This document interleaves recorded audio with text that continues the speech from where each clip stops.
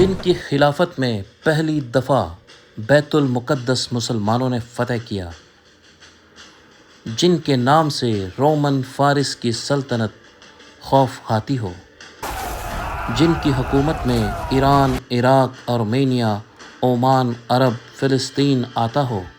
جی ہاں دوستو، آج اس ویڈیو میں ہم اس عظیم شخصیت حضرت عمر رضی اللہ تعالیٰ عنہ کی بہادری کے بارے میں بات کریں گے۔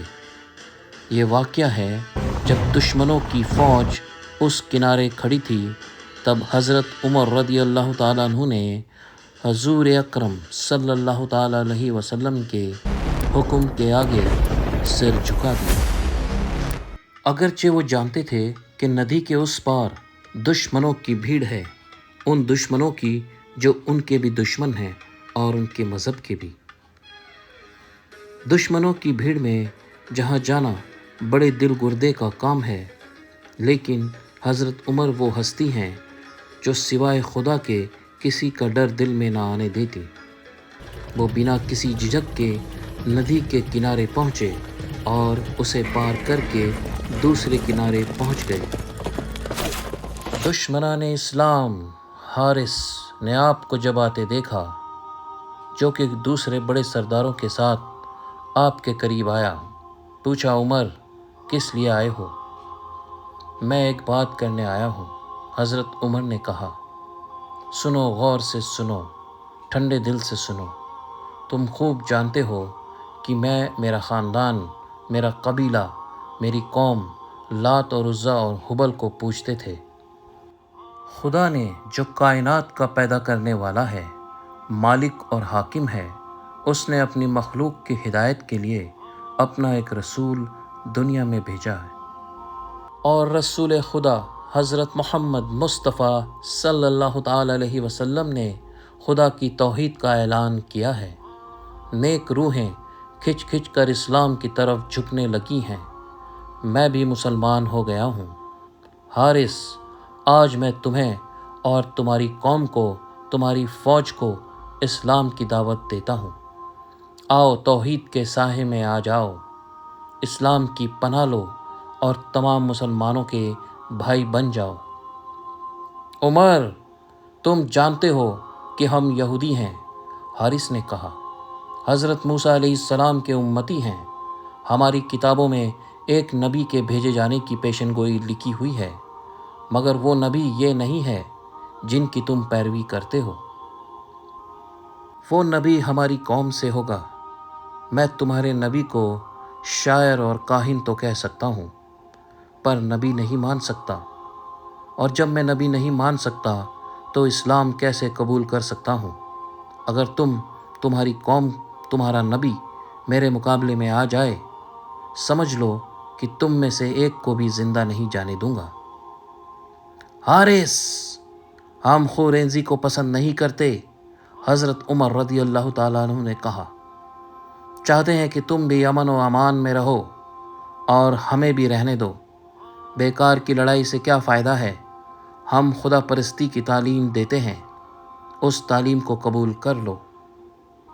عمر، یہ ناممکن ہے کہ ہم تمہاری تعلیم قبول کر لیں، حارث نے جھنجھلا کر کہا۔ ہم تم سے لڑیں گے اور اس وقت تک لڑیں گے جب تک ایک بھی مسلمان زندہ باقی رہے گا۔ معلوم ہوتا ہے اب تمہارا خاتمہ قریب آ گیا ہے، حضرت عمر نے کہا۔ اچھا، تم لڑو، اور اس وقت تک لڑو جب تک کہ ایک مسلمان بھی زندہ ہے، کہ خدا حق کی حمایت کرے گا۔ حضرت عمر رضی اللہ تعالیٰ عنہ واپس لوٹ آئے اور حضور اکرم صلی اللہ تعالیٰ علیہ وسلم کی خدمت میں پہنچ کر پورا واقعہ بیان فرمایا۔ حضور اکرم صلی اللہ تعالیٰ علیہ وسلم نے فوج کو ندی پار کرنے کا حکم دے دیا۔ اسلامی فوج ندی میں کود پڑی۔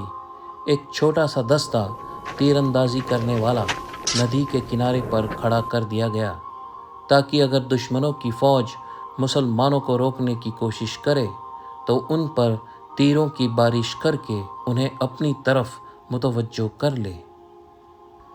ادھر حارث نے مسلمانوں کو ندی میں کودتے ہوئے دیکھا اس نے اپنی فوج کو کنارے سے دور ہٹا کر جمایا۔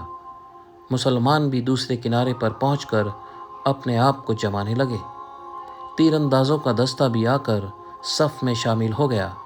سب سے آگے حضرت عمر کے دستے نے صف بنائی۔ ان کے پیچھے سیدھے ہاتھ پر حضرت ابو بکر صدیق رضی اللہ تعالیٰ عنہ اور بائیں ہاتھ پر حضرت سعد بن عبادہ اپنے دستوں میں کھڑے ہو گئے۔ بیچ میں حضور اکرم صلی اللہ تعالیٰ علیہ وسلم تھے۔ آپ کے ساتھ حضرت علی، حضرت بلال اور کچھ دوسرے صحابی تھے۔ حضور اکرم صلی اللہ تعالیٰ علیہ وسلم نے حضرت عمر سے کہا کہ جب تک دشمنوں کی طرف سے لڑائی کی شروعات نہ ہو اس وقت تک اپنی طرف سے شروعات نہ کریں۔ دونوں فوجیں ایک دوسرے کے سامنے ہتھیاروں سے لیس کھڑی تھیں۔ حارث فوج کے بیچ میں تھا۔ اس کے قریب ایک خوبصورت حسینہ چہرے پر جالی دار نقاب ڈالے کھڑی تھی۔ یہ اس کی پری زاد بیٹی جویریہ تھی۔ جویریہ جتنی خوبصورت تھی اتنی ہی شیر دل اور بہادر بھی تھی۔ وہ اپنے باپ کے ساتھ مسلمانوں سے لڑنے آئی تھی۔ حارث نے اپنی فوج کو اشارہ کیا۔ اس کا ٹڈی دل فوج آگے بڑھا۔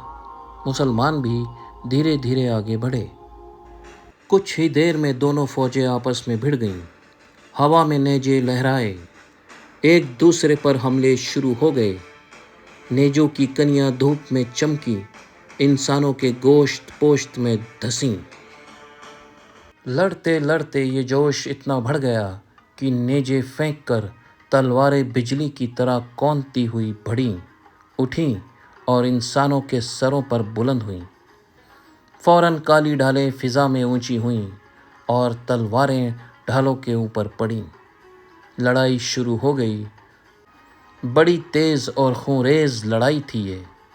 ہر فوجی پورے جوش سے لڑ رہا تھا۔ سر کٹ رہے تھے، دھڑ گر رہے تھے اور خون بہہ رہا تھا۔ حارث کی فوج نے حضرت عمر کے دستے پر حملہ کر دیا۔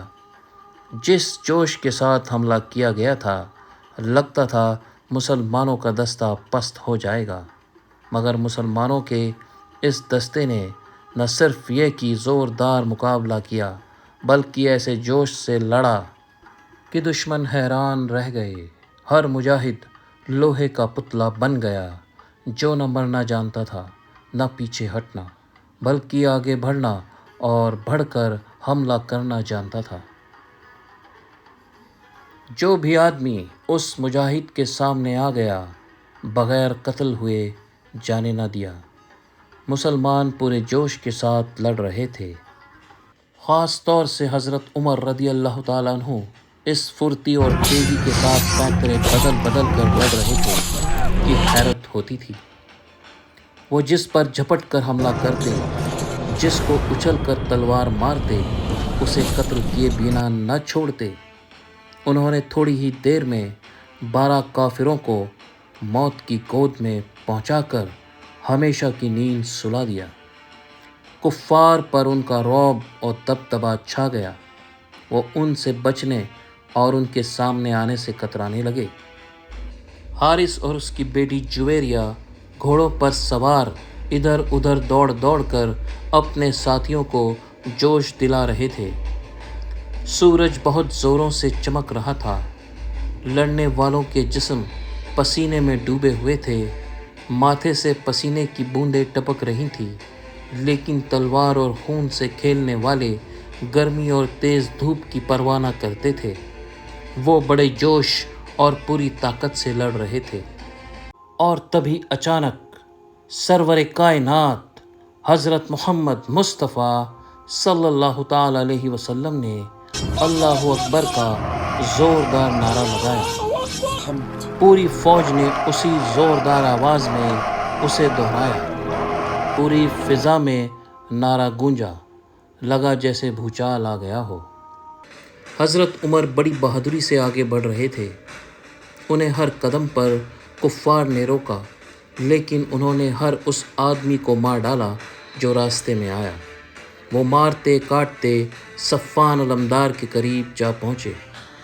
جب کفار نے دیکھا وہ سب تڑپ تڑپ کر ان کی طرف لپکے۔ اور چاروں طرف سے حملہ ہوئے۔ بہت سی تلواریں ان کے سر پر اٹھیں۔ کیسا ہی بہادر، کیسا ہی نڈر اور کیسا ہی جانباز آدمی کیوں نہ ہوتا، لیکن ایسے خوفناک منظر کو دیکھ کر جھجک ہی جاتا۔ مگر جو نہ جھجکے تو حضرت عمر رضی اللہ تعالیٰ عنہ نہ جھجکے۔ عمر رضی اللہ تعالیٰ عنہ نے بہت پھرتی سے تلواریں چلائیں اور کاٹتے پیٹتے صفان کی طرف بڑھے۔ صفان نے بھی تلوار نکالی، حضرت عمر نے اس پر حملہ کیا۔ اسی وقت اس نے بھی حملہ کیا، پر اس کی تلوار حضرت عمر کی ڈھال پر پڑی اور حضرت عمر کی تلوار اس کے سر پر پڑی۔ اس نے ایک دل ہلا دینے والی چیخ ماری اور نیچے لڑک گیا۔ اس کے گرتے ہی جھنڈا زمین پر آ گرا۔ کفار اپنا جھنڈا نیچے گرتا دیکھ کر ڈر اور سہم گئے۔ حارث اور جویریہ کے دل ڈوب گئے۔ اسی وقت ان تازہ دم مسلمانوں نے حملہ کر دیا جو حضرت ابو بکر صدیق رضی اللہ تعالیٰ عنہ اور حضرت سعد کے ساتھ آگے بڑھ رہے تھے۔ کفار کی فوج میں بھگدڑ مچ گئی۔ حارث اور جویریہ دونوں بھاگے۔ اتفاق سے جویریہ کے گھوڑے نے ٹھوکر کھائی اور وہ منہ کے بل زمین پر جا گری۔ کچھ مسلمان اس کے قریب پہنچ گئے، انہوں نے اسے گرفتار کر لیا۔ تاریخ میں اس لڑائی کا نام بنی مستلق کی لڑائی ہے۔